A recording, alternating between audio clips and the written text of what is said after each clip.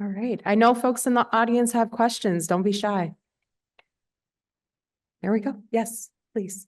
And for you, Beth, I really want to acknowledge like how profound your talk was. You know, I'm pretty loud, but I see a lot of patients. You know, I heard you say specifically that you want the doctors and not necessarily us in the room, but your whole talk from the beginning really resonated with me in the sense that I appreciate how you're using your privilege to uplift communities that are often minoritized and marginalized to essentially advance health equity. So I really just want to give you your flowers and acknowledge, like, it's already hard being a patient. It's hard being an executive producer, but you're still doing this. So kudos to you. I see a question in the back. Yes. I would like to know the percentage of the 3 colon test on the market. The colon screening percentage, accuracy, and there's another one on TV called Colon Guard. And the third one is the stool blood test. What's their percentage of the accurate?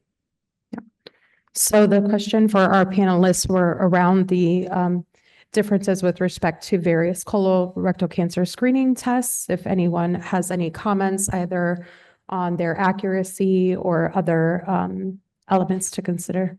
I mean, from the different places I've been and from the things that I've read and seen, I believe a colonoscopy is the most effective. I don't know percentages. I believe Cologuard is pretty effective, but obviously it doesn't tell you if there's polyps that need to come out that could become precancerous. So I believe any type of screening is a good screening. How about the stool test? Like a fit test, like a stool test? Mhm. I mean, I think that's pretty much the same as a Cologuard test, which I think is in the 90% of success rate. The colon screening are very safe for normal people or older people. These are over 80 years old. They don't test anymore. Is that true? I don't know that. I am not a practicing physician, so I'm probably not supposed to say a lot of the things, but just want to give a bit of information. I don't remember exact number, but I think colonoscopy, the accuracy is pretty close to 100%. And like Seth was saying, it's the most accurate test, actually. I think she was asking if they. The recommended age for screening guidelines is 45 among average age adults and older. However, I think it's important, as Seth and others have acknowledged, to be able to understand individual characteristics, so your personal history, as well as, of course, recognizing some of the early warning signs that were mentioned. So. Right. I think that's, to me, that's part of the awareness that I'm trying to bring out is I think if people are, I think people need to advocate for their own healthcare. And so if somebody knows that there is something in their family history, or if somebody, you know, at 30 is consistently bleeding into the bowl, they need to be able to go to their doctor and say, I want a colonoscopy. Thank you. There is one question for, I'll ask a question for Melissa. Can you discuss if your group looked at where subjects lived? Is environment an important variable when looking for genetic variability in ancestry? Thank you. That's a good question. We did not assess where the individuals lived in this study, but it is an important question, definitely, as environmental factors can definitely impact the prognosis, rate of survival, things like that. And so that would be interesting to look at. Great. And just to acknowledge folks in the virtual, again, just lots of kudos and flowers for Seth for being able to share his story and for inspiring others. There were a few questions regarding your age at diagnosis, and also when just to remind us again of the kickoff date for the campaign. My age was 47 at diagnosis, which, you know, still included me at the time. It was 50 for a screening, so it still included me as an early age onset. I'm 50 now, and I still think it's an old man disease. I still think in my head, it's not a young person thing, but it is. It's very much a young person thing, and it's happening to people in their 20s and 30s. Great. I do see one question here in the back as well. Hi, what is the current age being given as to when people stop having an evaluation? I've been given some advice that doesn't appear to be correct, so I want to know what the current thinking is. I think we'll table that question for some of our clinicians who will probably be on some of our future panels, or they'll be happy to be able to ask those questions as well. There was a question first, I think, from Dr. Baines, and then we'll. I just have an answer, actually. Sure. So I'm a GI fellow.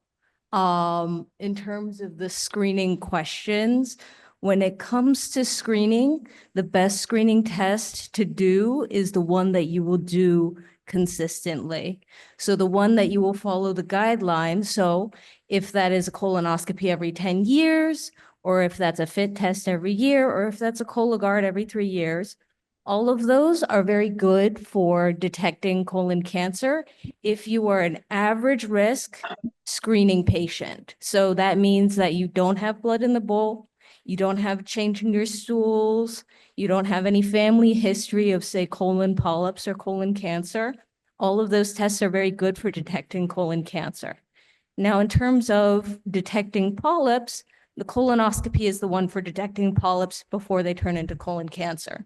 So if you're a candidate for that, that is something that you can consider. In terms of the age of when you should start, it does depend on family history. If you have no family history, you start at 45. You go at least until 74, 75. And then depending on your clinical status and what your goals of care are, you can go up to 85. But that is the current guidelines, and those things can change, but that's what the current is. Thank you for sharing that information. So clearly, we did have one question in the audience, and then I'll switch to one question in the chat.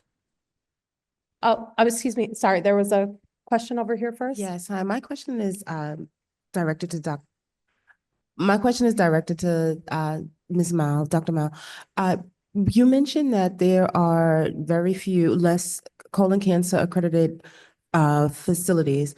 What can we do, or what needs to be done so when patients who are at the poverty line or below the poverty line are diagnosed, instead of wasting time at facilities that can't help them, they can already be referred or directed to facilities that can help them? Do you think that that would make a bigger difference in their survival rates? That's a very good question. Like, when there's no availability, it's a very tricky issue. When we had some colleagues in Alabama, and they were telling us when you talk to the physicians, the problem is— A little louder, Sorry. Dr. Mao, please. Thank you. When they talk to the physicians in rural Alabama, the problem is there's really just no resource. So I think that has to come from a policy level change to make sure in healthcare shortage areas that they put enough resource to sustain those hospitals. There are models trying to do local and more centralized coordination, but that turns out it could work to some extent, but there's also difficulty, like where do people get follow-up care? So at the end of the day, it's still at the local location, you still need to have point of care to be able to provide those components. Thank you. And I think we'll just be able to take maybe two more questions. We'll do 2 questions. Thank you. Yeah, so I want to thank all the presenters, great presentations. So going back to the low poverty area hospitals, it's kind of similar to the question that was just asked, but I guess I want to just add another question to that. So in terms of what makes a hospital, a low poverty area hospital, is it the actual infrastructure of the hospital, or is it actual individuals at the hospital? I'm just curious to dig a little deeper. What makes it that gets into the segregation healthcare space?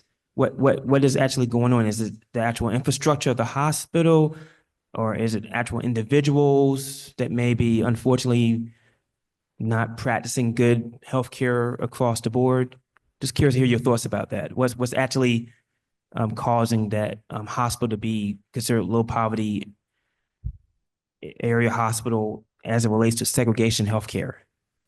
So I appreciate that question. I think that's a very, that requires some thinking into it and like what caused this problem. I think to a lot of extent, yes, you see a lot of people getting treated there.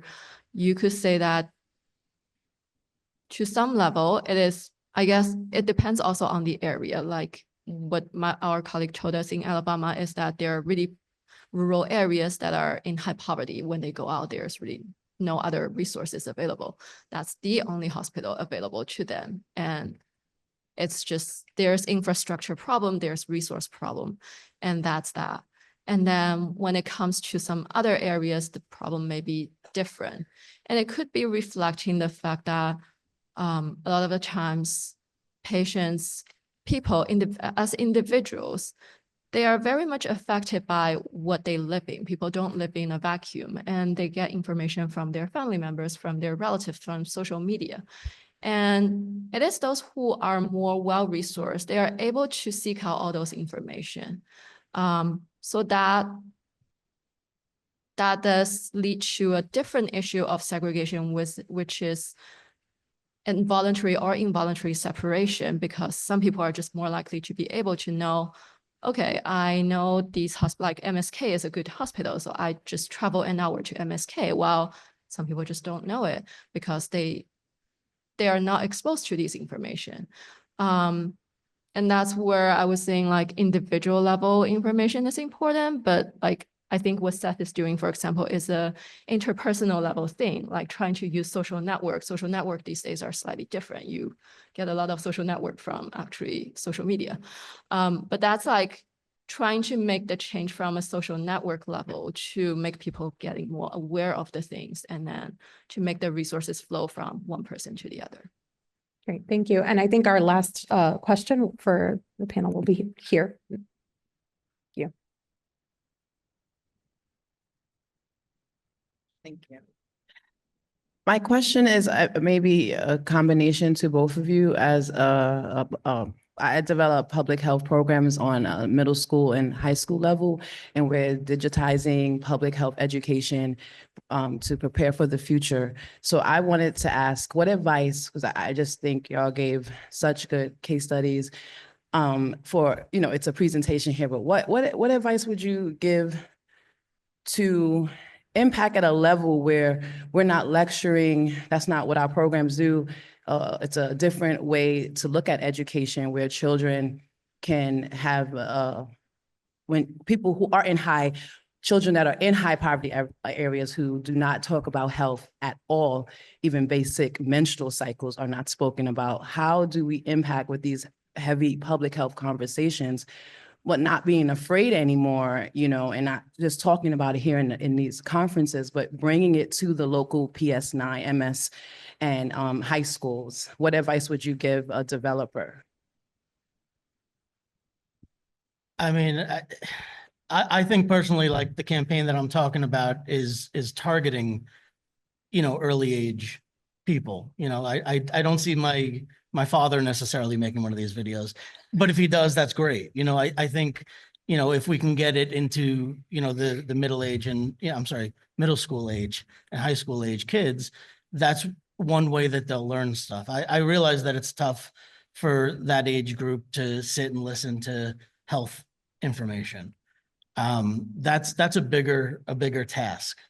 I don't know exactly how you can get them to listen to things, but I think, you know, through targeted campaigns like this, where, you know, it's hopefully, you know, that it's hopeful that they make one and share it, or at least see it from a celebrity that they like. If a celebrity gets involved, everything changes, because that's awareness beyond anything we can, you know, have a teacher teach. And I think that's how they'll really hear it.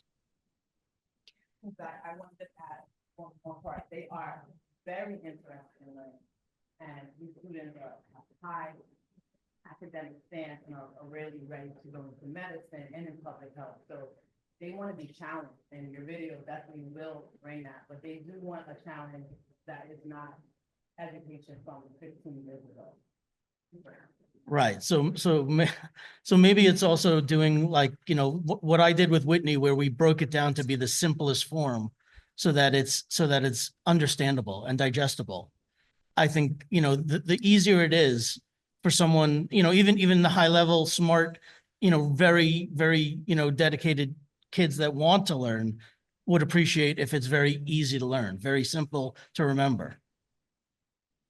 I just want to add that SOCA, actually, one of our SOCA investigator, Erica Phillips, is leading the study to try to incorporate health education curriculum into, I think it was middle school or? Yes, it's across middle middle school, schools, yeah. yes. So into middle school curriculum, actually to bring the change from there. And also because talking to the students can also bring changes to the families. So the Center for Social Capital, our SOCA Center, NYC.org, if you were, look, there's more information about that project that's currently happening in middle schools here across Brooklyn to be able to, again, promote cancer education, working directly with middle schools teachers to be able to raise awareness and empower younger individuals in cancer prevention. Happy to share more information about that. Thank you. Thank you, everybody. One more round of applause for our presenters. We will be taking a 5-minute break, and I'm sure that they will be here to be able to ask some questions. Are we not doing the break? Keep it moving. Toilet talk on Wednesday. All right. Thank you.